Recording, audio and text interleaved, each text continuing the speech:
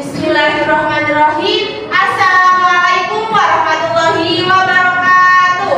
Waalaikumsalam warahmatullahi wabarakatuh.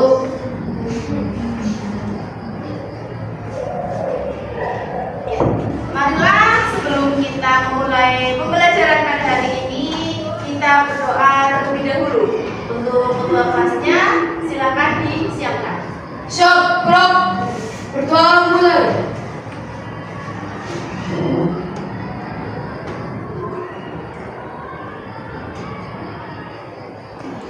Selesai. Beri salam. Assalamualaikum warahmatullahi wabarakatuh. Selamat pagi anak-anak semuanya. Pagi. Sehat semua? Sehat. Alhamdulillah. Hari ini berapa semua?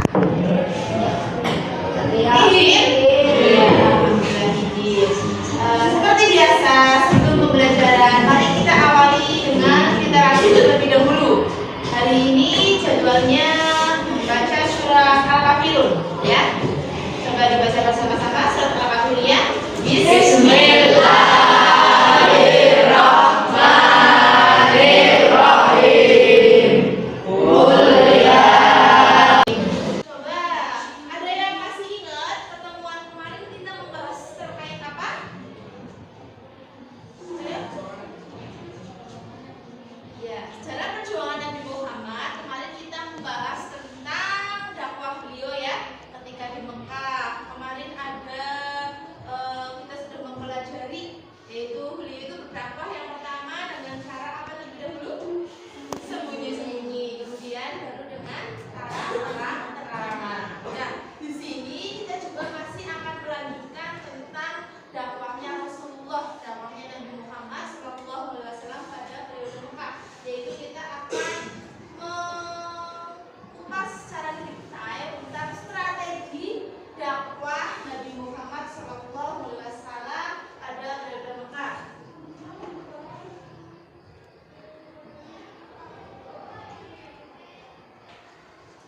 Ya. Kompetensi dasar dan indikator yang akan kita pelajari pada hari ini yaitu yang pertama kita akan memahami sejarah perjuangan Nabi Muhammad SAW pada periode Mekah dengan indikatornya adalah menjelaskan strategi dakwah dari Nabi Muhammad pada periode Mekah, dan kompetensi dasar yang selanjutnya adalah menyajikan strategi perjuangan yang dilakukan oleh Nabi Muhammad SAW pada periode Mekah. Diharapkan di sini siswa itu bisa membuat bagan tentang strategi dakwah Nabi Muhammad SAW ketika di Mekah dan bisa menyajikan strategi dakwah Nabi Muhammad SAW. Jadi nanti kalian sudah paham apa saja strategi dakwahnya Nabi Muhammad. Nanti kalian bisa menyajikan, mempresentasikan terkait strategi dakwahnya Nabi Muhammad SAW. Nah, diharapkan nanti setelah kita belajar tentang strategi dakwahnya Nabi Muhammad, maka peserta didik itu akan dapat menjelaskan strategi dakwahnya Rasulullah SAW. Kemudian peserta didik juga bisa membuat bagan tentang strategi dakwahnya Nabi Muhammad SAW ketika di Mekah, dan peserta didik dapat menyajikan, yaitu mempresentasikan, ya, menjelaskan tentang strategi dakwahnya Nabi Muhammad SAW ketika di Mekah, ya. Setelah kita kemarin juga sudah mempelajari, nah sekarang kita lanjutkan kembali, kita kupas lebih detail lagi tentang strategi dakwahnya Nabi Muhammad SAW ketika di Mekah, ya. Nanti seperti biasa kalian akan mengamati tayangan yang berburu tampilkan, ya, video, ya. Kalian amati apa yang ada dalam video tersebut, kemudian kalian catat, ya. Jangan lupa jadi siapkan alat tulis bagi yang belum menyiapkan alat tulis, ya.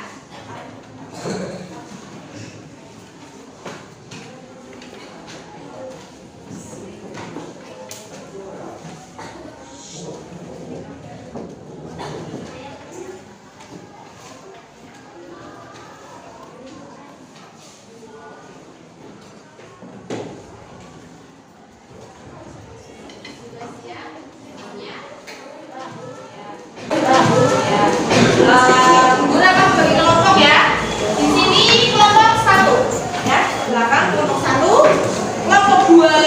kelompok 3 dan terakhir kelompok 4 ya. Nanti dalam kondisi tersebut turunnya Quran surat Az-Zumar ayat yang ke-10 yang berisi perintah untuk berhijrah. Nabi Muhammad SAW memerintahkan kaum muslimin agar hijrah ke Habasyah karena Raja Habasyah yaitu Aswaman An-Najasyi adalah seorang raja yang kacau. Maka pada bulan Rajab tahun kelima dari kenabian hijrahlah kelompok pertama yang terdiri dari 12 orang laki-laki dan 4 orang perempuan. Pemimpinnya adalah Utsman bin Affan yang hijrah bersama istrinya Sayyidah Ruqayyah putri Rasulullah, dan hijrah ke Habasyah terjadi 2 kali. Ruqayyah kembali bersama suaminya Utsman bin Affan bergabung dengan kelompok hijrah yang kedua. Kafir Quraisy khawatir akibat dari hijrah Habasyah, mereka takut Islam menyebar ke luar Mekah dan nantinya mereka akan mendapat bantuan dan pertolongan dari luar Mekah. Akhirnya Kafir Quraisy mengirim 2 orang utusan yang cerdas, yakni Abdullah bin Abi Rabi'ah dan Amr bin Al-Ash bin Wa'il Al-Sahmi. Mereka pun mengumpulkan hadiah-hadiah yang akan dibawa kepada Raja An-Najasyi. ya, seperti yang sudah dibentuk tadi kelompoknya, silakan kalian berkelompok mendiskusikan ya. Tadi yang sudah kalian tangkap dari video yang sudah saya. Silakan berkelompok kelompok 4, 3, 2 dan 1. Guru memberikan waktu 5 menit ya. 5 menit untuk produksi.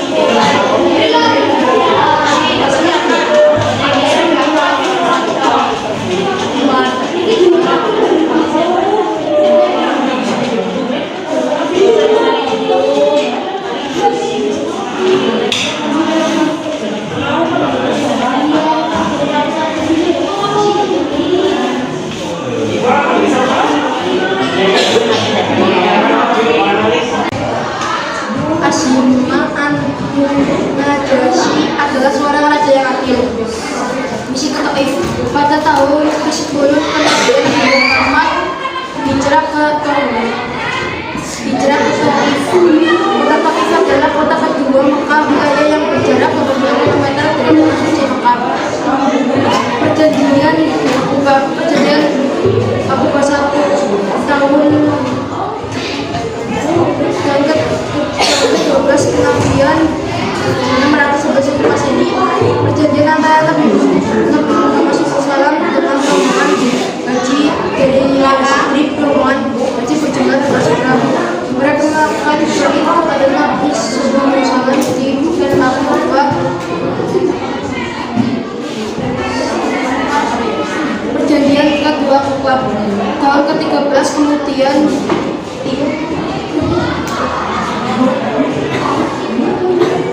tahun ke-13 kenabian 622 Masehi, rombongan haji berjumlah 73 orang. Mereka meminta Nabi Muhammad SAW untuk datang dan berdakwah ke Madinah. Sudah? Tanggapan dari kelompok lain? Ya, ada dari kelompok 1 lagi. Kembali Hasil dari misi ke Taif. Oh iya.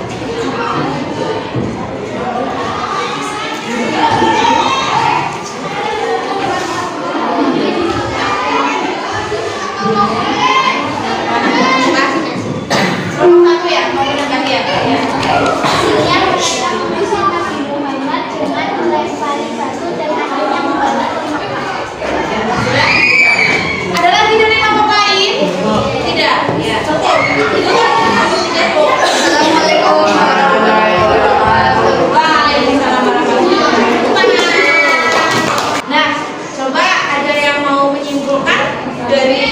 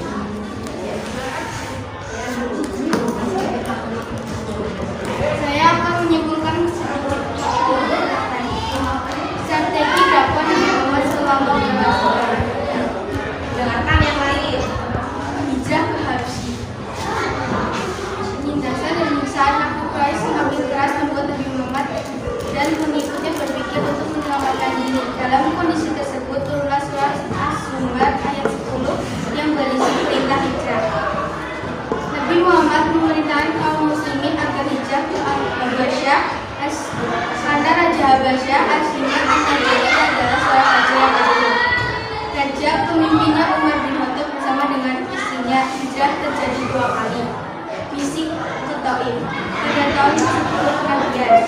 Alasan Nabi memilih kota Taif adalah Taif merupakan kota kedua setelah Mekah. Taif ada Bani Thaqif, salah satu suku Arab yang paling kuat. Jarak Taif tidak jauh dari Mekah. Dan karena Nabi Muhammad mendapat ancaman dari kaum Quraisy, Nabi Muhammad juga meminta perlindungan. Hasilnya mereka mengusir Nabi dengan dilempari batu-batu dan akhirnya Nabi kembali ke Mekah. Perjanjian Aqabah II tahun ke-13 atau 622 Masehi, perjanjian antara Nabi Shallallahu Alaihi Wasallam dengan orang Bani atau Madinah yang kedua kali.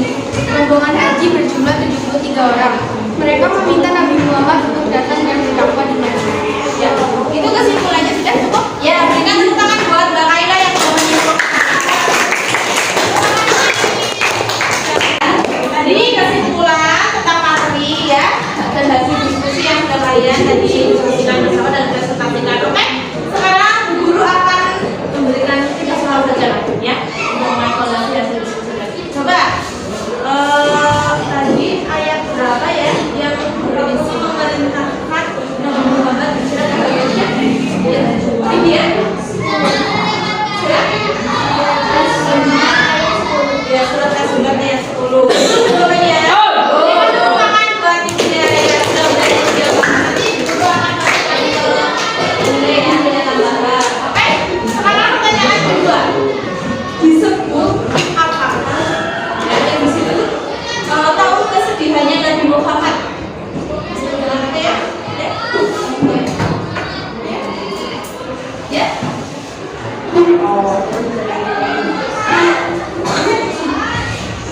Ya, siapa? Ya. Sebutkan nama Mbak. Zaskia, ya jawabannya. Ya, aku mesti tahu kesedihannya Nabi Muhammad. Benar jawabannya ya. Ya, berikan tepuk tangan buat Zaskia. Oke, kita evaluasi buat kalian di rumah. Perhatikan ya, kalian itu tugasnya ini nanti kelompok, ya. Kalian itu akan disuruh membuat peta konsep, ya.